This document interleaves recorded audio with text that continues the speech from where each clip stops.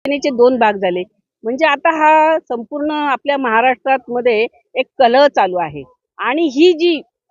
सत्ता महापरिवर्तन जी ही सभा बाळासाहेब आंबेडकरांची होणार आहे, ही लोकसभेच्या आधी ही पहिल्यांदा आपली एवढी मोठी राष्ट्रीय सभा होणार आहे आणि या सभेला जे येणारे आहेत गोर गरीब शेतकरी ज्या म्हणजे आपल्या आपल्या परिस्थितीप्रमाणे ते काम करून खाणारी लोक,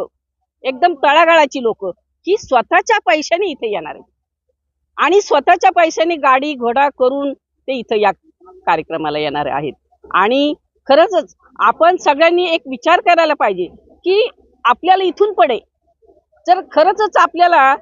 सत्ता पाहिजे असेल ती वंचित बहुजन आघाडीची सत्ता यायला पाहिजे आणि बाळासाहेब आंबेडकरांना आपण जास्तीत जास्त संख्येने इथं उपस्थित राहा आणि बाळासाहेबांचे विचार आपण ऐका, कारण आपल्याला जो नेता भेटलेला आहे